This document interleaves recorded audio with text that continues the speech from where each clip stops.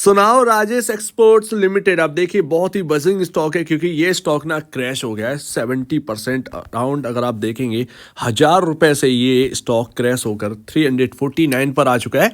तो अभी भी लोगों का ये कहना है कि क्या एक वैल्यू बाइंग राजेश एक्सपोर्ट के स्टॉक के अंदर कर सकते हैं, क्योंकि अगर आप 1000 की तरफ देखें तो यहाँ पर आपको 349 का जो प्राइस मिल रहा है काफ़ी लोएस्ट प्राइस पर मिल रहा है। तो अभी हम एक एक बात को गौर करेंगे कि प्रॉब्लम्स क्या हुई थी, उसका सॉल्यूशन क्या होना है और क्या यहाँ पर एक वैल्यू बाइंग बनती है इस स्टॉक के अंदर। तो सबसे पहले इसके बिजनेस को देखते हैं कि ये करते क्या है। देखिए मल्टीनेशनल कंपनी और दुनिया की शायद सेकेंड या फर्स्ट सबसे बड़ी कंपनी है गोल्ड के बिजनेस में। यस, यहां पर अगर आप देखेंगे तो मल्टीनेशनल गोल्ड रिटेलर कंपनी है ये, और इनका जो हेडक्वार्टर है वो बेंगलोर में है। और यहां पर अगर आप देखें तो फॉर्च्यून इंडिया 500 की लिस्ट में ये शामिल थी 2022 में। 2023 का अभी पता नहीं है।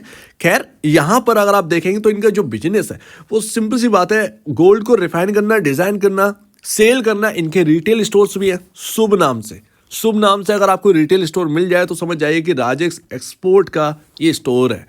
अभी यहाँ पर अगर आप देखें तो रिफाइनिंग और माइनिंग का काम भी इनका यहाँ पर बनता है। तो अभी इतने सारे काम है, गोल्ड से रिलेटेड सारे के सारे काम जो है ना वो यहाँ पर आपको इस कंपनी के अंदर देखने को मिल जाते हैं। तो अभी अगर आप प्रॉब्लम्स देखें तो हुआ क्या है, राजेश एक्सपोर्ट्स शेयर्स के अंदर 52 वीक लो मार किया था। आफ्टर Q2 प्रॉफिट जो है वो 88% यहाँ पर जो है ना गिर गया। 88% प्रॉफिट में गिरावट हमें देखने को मिली उसके बाद। लेकिन एक बार ना एक क्वार्टर में ऐसा नहीं हो सकता कि चलो मान लेते हैं एक क्वार्टर आया उसमें 88% प्रॉफिट उड़ गया, लेकिन कुछ तो प्रॉब्लम रही होगी, कुछ क्वार्टर से प्रॉब्लम रही है तभी यहां पर ऐसा कुछ हुआ है। अदरवाइज ये सब क्यों होता। तो पूरे मार्केट में ये एक ऐसा स्टॉक है जो कि हाईली वॉलेटाइल है, ये ध्यान रखिएगा। और ये क्या सिनेरियो है, 2021 में ये 500 रुपए के अराउंड था, 500-400 के अराउंड था, 470 2021 में। और इसका जो हाई था वो 1000 रुपीज के था, 1000 रुपए पर गया और वहां से ये स्टॉक गिर कर जहां से चला था वहीं पर आ गया। फिर यहाँ पर पैटर्न बेहतरीन बना और उसके बाद वापस यहाँ पर 1000 रुपए गया। और ये आपकी बात है 2023 जनवरी फरवरी के अराउंड ये स्टॉक वापस 1000 रुपए गया, वहां पर टॉप बना दिया, वहीं पर टॉप बना दिया। सिंगल डे में इस स्टॉक के अंदर गिरावट आई, 1000 के ऊपर नहीं टिक पाया और वहां से गिरावट लगातार अब देखें तो लगातार बनी हुई है। यानी कि आपका मार्च का क्वार्टर आना था, मार्च के क्वार्टर आने से पहले ही इसके अंदर गिरावट आने लगी। ऑलमोस्ट Q3 के नंबर जो है ना अगर आप देखें तो वो आने थे, उस टाइम ये गिरावट यहां पर स्टार्ट हुई। Q4 के नंबर आए, अच्छे नंबर थे Q4 के, गिरावट। उसके बाद अगर आप Q1 अभी का देखेंगे और अभी लेटेस्ट जो Q2 है वो अगर आप देख लोगे और Q3 3 नंबर आ चुके क्वार्टरली, तो अभी आपका 2024 का सॉरी Q3 अभी कहाँ से Q2 आया था, ठीक है ना। Q2 आपका लेटेस्ट है तो इस हिसाब देखेंगे, लेकिन ये पिछले साल के हिसाब से अगर आप देखेंगे तो गिरने लगा था। तो अभी कुछ भी यहाँ पर सिनेरियो ना काफ़ी मुश्किल है इस बात को समझना, हाईली वॉलेटाइल है। और ये क्या हुआ कि भैया पिछले Q3 से आप गिरना स्टार्ट हो गए, तो ये कोई रीज़न बनता नहीं। हो सकता है कि एक अच्छी खासी उछाल के बाद एक यहाँ पर जो है गिरावट आई हो, उसके बाद आपकी क्वार्टरली नंबर्स यहाँ पर खराब आ गए हो, जिसकी वजह से ये स्टॉक जो है वो स्लिप करता गया। तो ये भी पॉसिबल है भाई यहाँ पर। तो अभी यहाँ पर अगर आप देखेंगे मार्केट कैप कितना है, तो मार्केट कैप है 10,328 करोड़ रुपए, जो कि बहुत ही छोटा मार्केट कैप है अगर इस हिसाब से देखें। और अभी आपका जो पी रेशो वो 9.04 पर है और आपका इंडस्ट्री पी जो है ना डायमंड एंड ज्वेलरी में वो 76 के अराउंड है। तो उसके कंपैरिजन तो ये तो मिट्टी के भाव मिल रहा है, मिट्टी के भाव। और इसीलिए रिटेल इन्वेस्टर ये सोच रहा है कि भैया मिट्टी के भाव मिल रहा है, इसको बाय कर लें और सोने के भाव बेच देंगे, सोने वाली कंपनी को सोने के भाव बेच देंगे। तो वो यस, ये सबकी थिंकिंग है और ये है भी। सिंपल सी बात है, हम रिटेल इन्वेस्टर हैं, हमारा पहला थिंकिंग तो यही होगी। बुक वैल्यू पर शेयर 515 रुपए 55 पैसे, बुक वैल्यू से नीचे ट्रेड कर रहा है, यानी कि कोई बड़ी प्रॉब्लम तो है। इतनी गिरावट कैसे यार, और लगातार ये गिरावट बढ़ती जा रही है। तो यहाँ पर आप अर्निंग पर शेयर देखेंगे तो 38.69, यानी कंपनी प्रॉफिट में। तो अभी स्टॉक जो है वो जनवरी से गिरना स्टार्ट हुआ, ठीक है, ये नोट कर लीजिए। ये रहा आपका Q1 और ये रहा आपका लेटेस्ट Q2 नंबर और अभी Q3 के नंबर आने, ठीक है। ये आपका पिछले साल का है, यानी कि 2023 का जो आपका पूरा एनुअल रिपोर्ट बनी, तो ये आपका Q4 है, ये आपका Q3 है। अब अगर आप ये देखेंगे, यहां पर थोड़ा सा समझने की कोशिश करिए, लगातार नेट सेल्स बढ़ रही थी, लगातार नेट सेल 49,497 करोड़ से यहां पर बढ़ती हुई, Q1 है ये 49,437 ये आपका Q1 है, 2023 का Q1, ठीक है। Q2 में अच्छे नंबर 80,000 करोड़ की नेट सेल, Q3 के अच्छे नंबर, Q4 के अच्छे नंबर 1,15,448 करोड़ का नेट सेल्स इसने रिकॉर्ड स्तरों पर यहां पर जो है ना रिकॉर्ड किया। तो अभी यहां पर तो प्रॉब्लम होनी नहीं चाहिए थी। ऐसा क्या हुआ कि ये तो बहुत ही हिडन बात है, पता नहीं क्या हुआ भाई। लेकिन आपका जब Q1 का नंबर आता है जून में, तो आपका नेट सेल घटकर क्वार्टर दर क्वार्टर 85,689 करोड़ रुपए की रहेगी। चलो ये बात समझ में आती है। उसके बाद जो आपका Q2 का यहाँ पर जो है ना क्वार्टर आया, ये सबसे लोवेस्ट यहाँ पर रिकॉर्ड किया 38,066 करोड़ का। ये नेट सेल पर यहाँ पर आ गया, यानी 1,15,000 करोड़ की नेट सेल का छू कर ये कंपनी 38,066 करोड़ रुपए का यहाँ पर जो है कुल यहाँ पर नेट सेल रिकॉर्ड कर रहा है। तो ये तो चलो समझ में आता है, ये तो गिरावट हमारी Q4 के बाद ही, तो स्टॉक तो Q4 के बाद गिरना चाहिए था, ये गिरा एक्चुअल में ये Q3 के टाइम, पिछले Q3 के टाइम।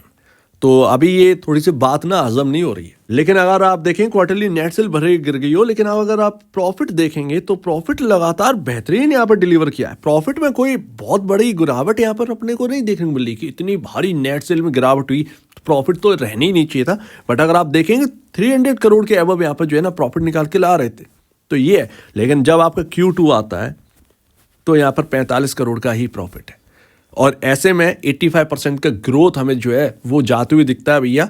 और उसके बाद यहाँ पर जो है आपका जो अर्निंग पर शेयर है उसमें 85% की गिरावट, तो अर्निंग पर शेयर गिर गया भाई। इसकी वजह से यहाँ पर तो हमें समझ में आता है कि कंपनी की जो हालत है वो खस्ता हो गई, इसीलिए स्टॉक के भाव जो है वो क्रैश हो गए।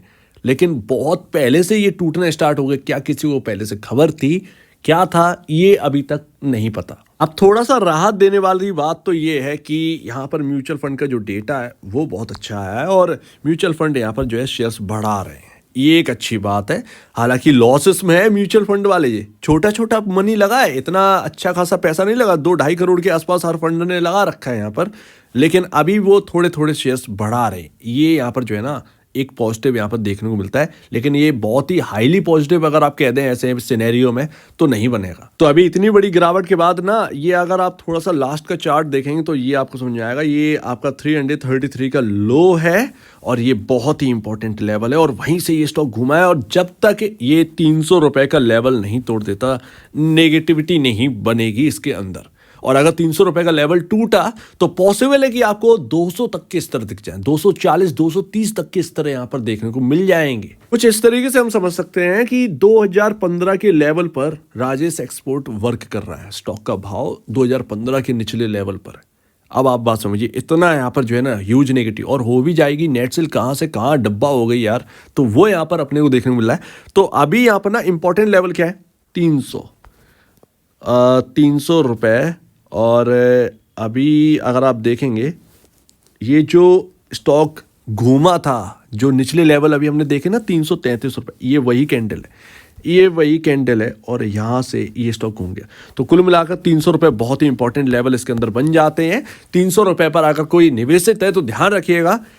अब बहुत ज़्यादा गिरावट की अगर आप बात करेंगे ना तो कितनी आएगी कह नहीं सकते भाई साहब। अगर आपकी नेट सेल क्वार्टर दर क्वार्टर ऐसे ही बिगड़ती चली गई तो फिर दिक्कत में जरूर आ जाएगा, मामला दिक्कत में आ जाएगा। क्रैश होने पे तो और भी क्रैश हो जाएगा, कोई बड़ी बात नहीं है। लेकिन क्वार्टर दर क्वार्टर अगर ऐसे और यहाँ पर ऐसे रिजल्ट आ गए ना तो बिल्कुल क्रैश हो जाएगा, ये तो यहाँ पर समझ में आता है। तो ये क्वार्टर दर क्वार्टर अब हालत सुधरनी चाहिए, अदरवाइज बिगड़ बहुत जाएगी। और अगर ये 300 रुपए का लेवल टूटा तो कहां तक के स्तर दिख सकते हैं, 240, ये कहीं ना कहीं 240 के आसपास या फिर 240 तक, 300 से 240 के रेंज में ये कहीं ना कहीं सपोर्ट बनाएगा। कहां बनाएगा ये थोड़ा सा कहना मुश्किल है, ये यहां पर ध्यान रखिएगा। पॉसिबल है 300 रुपए टूटते ही इसके अंदर बड़ी गिरावट आए, लेकिन कहां सपोर्ट हो सकता है कि 270 पर बन जाए, 260 पर बन जाए, तो ये एक बाई जोन है जो कि आपको देखना है। सिंपल सी बात है, इस पर नजर रखिए। हो सके अगर कोई अभी भी चेस करना चाहता है तो 300 का स्टॉप लॉस जरूर रखिएगा। हो सके तो 330 का रख लेना, ज्यादा बेहतर है। ठीक है, अभी भी हाल सुधरे नहीं है, अभी भी काफी खस्ता हालत है, लेकिन यहां पर ना इस रेंज में अगर कोई इस वॉलेटिलिटी को झेल सकता है, ये 330 से 200 रुपए तक की वॉलेटिलिटी को अगर कोई झेल सकता है, तो यहां पर आप एक बाई रेंज यहां पर लेकर चल सकते हैं इस स्टॉक के अंदर। लेकिन रिस्क वही रहेगा कि क्वार्टर दर क्वार्टर अगर और खराब यहां पर हालत हुई तो ये स्टॉक क्रैश कर जाए। अगर यहां पर ना कंडीशन सही होती हुई दिखी तो फिर जरूर यहां पर जो है ना ये स्टॉक करके दिखा देगा भैया अपना काम। तो ये तो बढ़िया समझ में आता है। क्रैश बहुत ज़्यादा हो चुका है, अगर यहाँ से क्वार्टरली नंबर सुधरते हुए नजर आए, ये अच्छा रिटर्न बनाकर दे सकता है। ठीक है, फंडामेंटली सब कुछ हुआ है, लेकिन जनवरी वाली बात समझ में नहीं आई। जनवरी से गिरना स्टार्ट कर दिया, बहुत बड़ी बात है यार। ये तो काफ़ी महीने पहले से स्टार्ट कर दिया, हाल अभी बिगड़े हैं, कहाँ आप टूटना स्टार्ट कर दिए।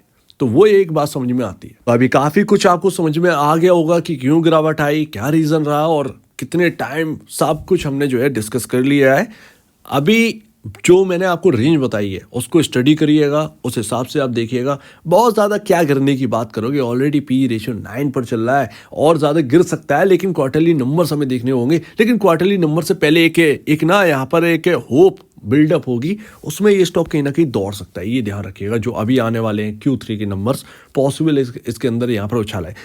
एक और बात इंपॉर्टेंट, ये जो गिरी है ना क्वार्टर दर क्वार्टर, ये आपका भारी गिरावट जो ये इसके ऊपर एक्सप्लेनेशन आया होगा कहीं ना कहीं कंपनी का, और वो Q2 के जो रिपोर्ट है उसके अंदर कहीं ना कहीं लिखा हुआ, वो मैंने अभी देखी नहीं है, उसको आज मैं देख लूंगा। ये तो अचानक से आप बात कर रहे तो मैंने इसको कवर कर लिया, अदरवाइज मैं उस रिपोर्ट को देखूंगा, उसके बाद हम जो है राजेश एक्सपोर्ट पर दोबारा बात कर लेंगे। अगर उस रिपोर्ट में कुछ मिल जाएगा तो मैं आपको बता दूंगा। सो उम्मीद है ये रात थोड़ा सा एनालिसिस, छोटा सा एनालिसिस है, लेकिन काफी हेल्पफुल आपके लिए हो सकता है। तो आप क्या कहना है इसके ऊपर कमेंट सेक्शन में, और अब दीजिए वीडियो देखने के लिए बहुत धन्यवाद दोस्तों।